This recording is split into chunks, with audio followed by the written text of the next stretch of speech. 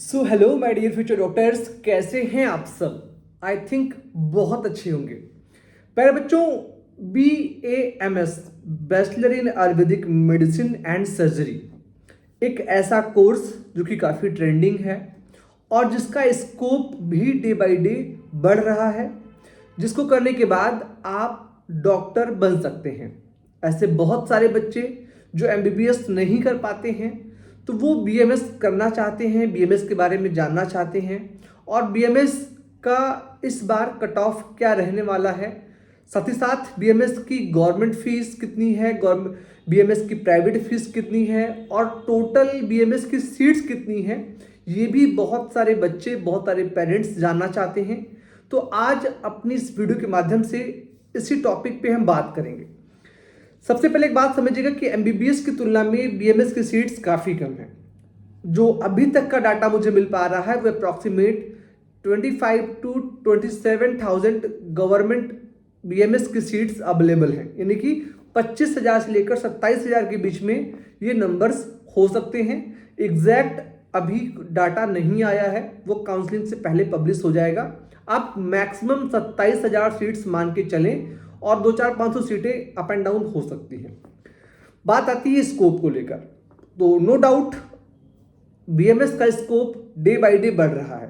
क्यों? क्योंकि आयुर्वेद का कोई साइड इफेक्ट नहीं है और बहुत सारी ऐसी बीमारियां जहां पर एलोपैथ या दूसरी चिकित्सा पद्धतियां सफल इलाज नहीं दे पाती हैं, तो वहां पर आयुर्वेदिक जो ट्रीटमेंट प्लान है वो सक्सेसफुल है और सफलता के साथ में वो मरीजों को आराम भी देता है।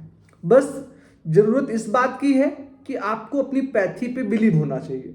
एक कड़वी सच्चाई ये है कि 60% BMS डॉक्टर्स आयुर्वेदिक प्रैक्टिस ना कर एलोपैथिक मेडिसिन की प्रैक्टिस करते हैं हमारे समाज में और यही BMS का नाम खराब करते हैं। आपने जिस पैथी की पढ़ाई की है, आपको अगर उस पर भरोसा नहीं है तो आपके पेशेंट को आप पे कैसे भरोसा आएगा। तो आपको अपनी पैथी पे ही डटे रहना है, उसी पे अच्छा काम करना है, वो बेहतर रहेगा। फिर बात करते हैं दोस्तों हम कि BMS का स्कोप क्या है।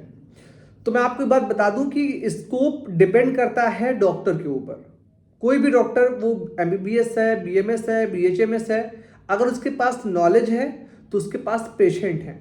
BMS करने के बाद गवर्नमेंट वैकेंसीज तो आती हैं, आप खुद की प्रैक्टिस कर सकते हो, आप खुद का जो है हॉस्पिटल रन कर सकते हो, खुद की पॉलीक्लिनिक चला सकते हो, खुद के नर्सिंग होम ओपन कर सकते हो, काफ़ी चीज़ें आप कर सकते हो। अगर सैलरी की बात करें तो आप अगर किसी दूसरे सेंटर्स पे भी जॉब करोगे तो भी आराम से 40 से 50,000 रुपये पर मंथ आप कमा सकते हो और अगर आपकी गवर्नमेंट होगी तो आपकी सैलरी 1 लाख रुपए तक जा सकती है, उससे अधिक भी हो सकती है। और अगर आप खुद की प्रैक्टिस करते हो तो आपको पता है कि खुद की प्रैक्टिस में कोई लिमिट नहीं होती है, आप किसी महीने चाहो तो लाखों रुपए कमा सकते हो। वो डिपेंड करता है पेशेंट्स के अप एंड डाउन फॉल पे। ठीक है, फिर बात आती है कि BMS की गवर्नमेंट फीस क्या है, गवर्नमेंट और BMS की प्राइवेट फीस क्या है, फिर कट ऑफ पे बात करेंगे। BMS की जो गवर्नमेंट फीस होती है वो 25,000 रुपये पर ईयर से लेकर 80,000 रुपीज़ पर ईयर तक होती है। ये डिपेंड करती है अलग अलग स्टेट्स के कॉलेजेस के ऊपर। प्राइवेट फीस की बात करें तो 2 लाख रुपए से लेकर 7 लाख रुपए तक होती है BMS की प्राइवेट कॉलेज की फीस। ये भी डिपेंड करता है college to college, state to state. अब टॉपिक पे मेन जो हमारा वो था कि कट ऑफ क्या रहेगा, कितने नंबर पे हमें एक गवर्नमेंट BMS सीट मिल सकती है। तो अगर आप अनरिजर्व कैटेगरी से हैं, यानी कि अगर आप जनरल कैटेगरी से बिलोंग करते हैं, तो आप 490 से लेकर 545 के बीच में अगर आप हैं तो आपको BMS मिलने की संभावना है। अब मैंने 490 से 545 क्यों बोला है, इसमें ऑल इंडिया कोटा काउंसलिंग भी शामिल है और इसमें स्टेट कोटा भी शामिल है।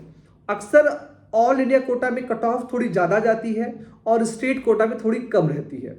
तो अगर आप 490 के समथिंग है, उससे ज़्यादा है, मान ली 495, 500, 510, तो आपको स्टेट कोटा में BMS कॉलेज मिलने की उम्मीद है। और अगर आप 540 से ज़्यादा है, 545, 50, तो उस में आपको ऑल इंडिया कोटा में BMS की सीट मिलने की पूरी संभावना है। OBC और जनरल में इस बार क्लोज फाइट देखने को मिल रहा है क्योंकि बराबर बच्चे लगभग अपेयर हुए हैं और उस अकॉर्डिंग अगर OBC कैटेगरी के बच्चे हैं और आपके नंबर भी 490 से लेकर 445 के समथिंग है ±5 to 10 नंबर्स मैं नहीं बोल रहा हूँ, वो रिजल्ट के बाद डिक्लेयर होगा कि आपकी रैंक क्या गई है। बट अभी जो फेज है उस अकॉर्डिंग अगर आप 490 से 545 के बीच में है तो अपने आप को आप सेफ जोन में रख सकते हैं, आपको भी एक सीट मिल सकती है। जो बच्चे यहाँ पर EWS कैटेगरी से बिलोंग करते हैं, अगर इनके नंबर 485 से लेकर 540 के बीच में है, ±5 to 10 नंबर्स, तो इन बच्चों को भी एक आयुर्वेदिक BMS कॉलेज की सीट मिलने वाली है। SC की बात करें तो 430 से लेकर 500, थोड़ी सी कट ऑफ, क्योंकि सीटें कम है यहाँ पर, तो यहाँ पर SC की कट ऑफ भी थोड़ी सी ज़्यादा रह सकती है, 435, 440, 445, 450, इस बीच के जो बच्चे हैं, मतलब 430 से ज़्यादा वाले बच्चे हैं वो अपने आप को सेफ जोन में रख सकते हैं। ST की बात करें तो 400 से 450 नंबर तक अगर आप स्कोर किए हैं तो आपको आयुर्वेदिक BMS कॉलेज की सीट मिल सकती है।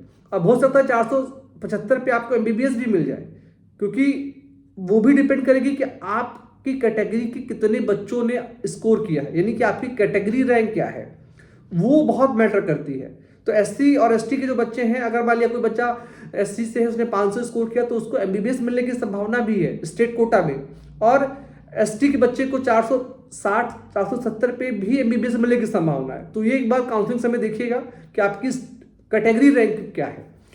और अगर आप फिजिकल हैंडीकैप कैटेगरी से बिलोंग करते हैं और आपके नंबर 250 से लेकर 400 के बीच में है, तो आपको आराम से कोई ना कोई BMS कॉलेज मिल सकता है।